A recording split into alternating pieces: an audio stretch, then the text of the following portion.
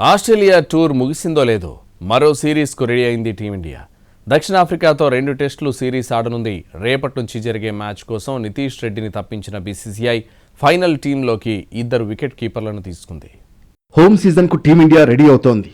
World test champion south ఆఫ్రికాతో భారత్ 2 టెస్టుల series ఆడనుంది. Kolkata వేదికగా రేపటి నుంచి ప్రారంభం కానున్న తొలి టెస్టులో ఇరు జట్లు అమీతుమీ తేల్చుకోనున్నాయి. వరల్డ్ టెస్ట్ ఛాంపియన్షిప్ WTC 2025-27 సైకిల్లో భాగంగా జరుగుతున్న ఈ సిరీస్లో విజయమే లక్ష్యంగా ఇరు జట్లు ఫుల్ ప్రాక్టీస్ చేస్తున్నాయి.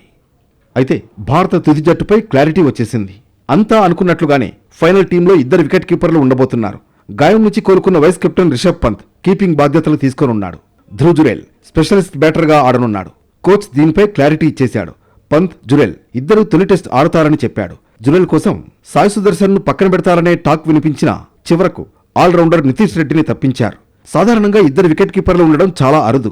వన్డేల్లో ధోని, దినేష్ కార్తీక్, పార్థివ్ పటేల్ కలిసి ఆడినప్పటికీ టెస్ట్ టీంలో 2 కీపర్లు ఉన్న సందర్భాలు లేవు. ఇక టీం విషయానికొస్తే ఓపెనర్లు యశస్వి జైస్వాల్, కేఎల్ రాహుల్ సూపర్ ఫామ్లో ఉన్నారు.